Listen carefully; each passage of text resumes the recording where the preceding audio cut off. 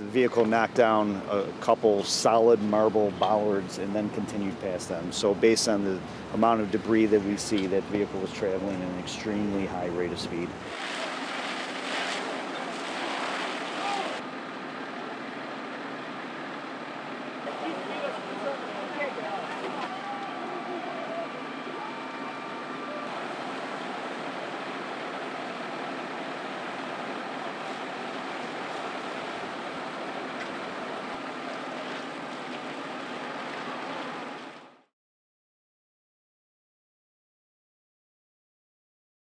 Hey Taylor, good morning to you. Give us a scare. Hi, Ed and Katie. We're here in Kenmore at Dark Corners Asylum. In the dark, it's just me and my photographer here. And if I sound nervous, it's because I absolutely am. But you know what? We're going to take a deep breath. We got this, and we're going to give you a live look of all the spooky and scary stuff you can expect. So here we go. Okay. Oh my goodness, I already see someone. Oh, all right. Okay, all right. Just the door. The good news is I know that they can't touch me. So. Oh, okay, all right. Oh, all right, okay, cool, cool, cool. Having a good time, having a lot of fun, having a lot of fun, having a lot of fun, wow. You know, I'm just gonna keep reminding myself this is all for a good cause. You know, they're raising all this money for lung cancer research. Oh. Hi, hey friend. Okay. You know, the cool thing is that this is all one family's creation.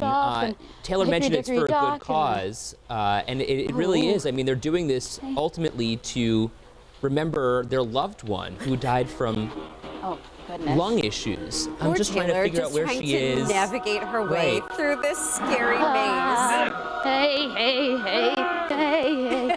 Oh, so not a mirror. That's probably the scariest thing in here. Did you hear her? The mirror, yeah. The scariest thing. Oh, so this one. Oh, whoa. Okay, hey. Ah! Okay. Oh my God. Okay, okay. Poor Taylor, we're gonna give her a heart attack. I saw him there, and I still. Oh my goodness. She's really gonna need this extra hour of sleep, right? Oh yes, Taylor. Oh my goodness. You know, the best part about this is that you and I haven't had to go do this any of the years. No. Well, she's out, thankfully. Yes, Taylor, you made it. She looks a little scared. How are you feeling? I made it out alive, you guys. You know what? I'm feeling okay.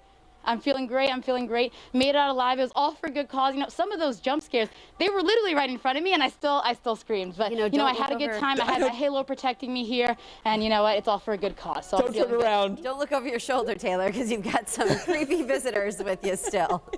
Very scary. We should mention that you can find this haunted house from 6:30 to 10:30 tomorrow night at 376 Hamilton Boulevard in Kenmore. It's all, again, for a good cause and so fun. A good fright, to say the least. All right, Taylor, thanks for being such a good sport.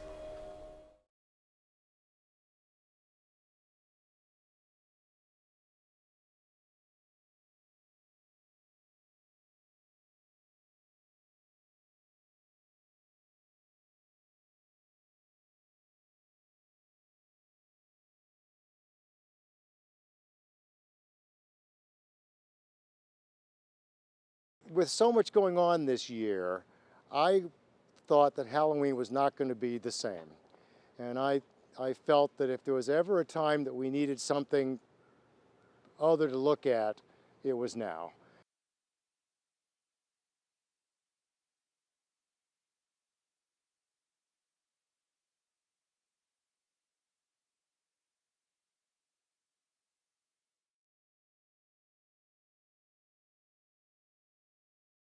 The three candidates running in New York's 27th congressional district debated a number of issues for more than an hour. St. Joe's teacher Ted Lina moderated and kicked off the questions, asking if they believe President Trump has done a good job handling the pandemic. The worst crisis of our life, and the government failed.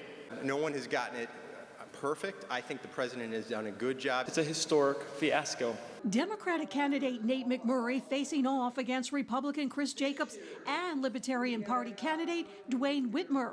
Students also asked questions including what the candidates think about racism and fighting for racial equity. Unfortunately, many of the protests were hijacked by radicals who turned them into violent episodes. Mr. Jacobs would not even say the words, Black Lives Matter. In my last debate with him, he said it was a radical ideology. End the war on drugs, end the war on guns, get rid of the victimless crimes. It'll reduce systematic racism. We are just days away from the November election, and now those living in the NY27 district have a clearer view of what the candidates think. But it's all up to the voters in November. In the town of Tonawanda, Eileen Buckley, 7 Eyewitness News. The editorial process doesn't just stop at the end of the day. In fact, it continues well into the early morning hours. Our producer Tom comes in the night before at 9 or 10 p.m. looking for breaking news or important informational updates to make sure that you have the most accurate and up-to-date information at 5 a.m. Producers fill the rundown similar to a spreadsheet with a variety of stories working to strike a balance in voices. What line are you looking at? Doing the same fact-checking with documentation and sourcing, all before heading into the booth, as we call it, communicating with reporters in the field, the anchors in the studio, That's right. and the director, who takes this whole thing, making it come to life on your TV. This is 7 Eyewitness News. Good morning. It is finally Friday. Thanks for being with us here on 7 Eyewitness News.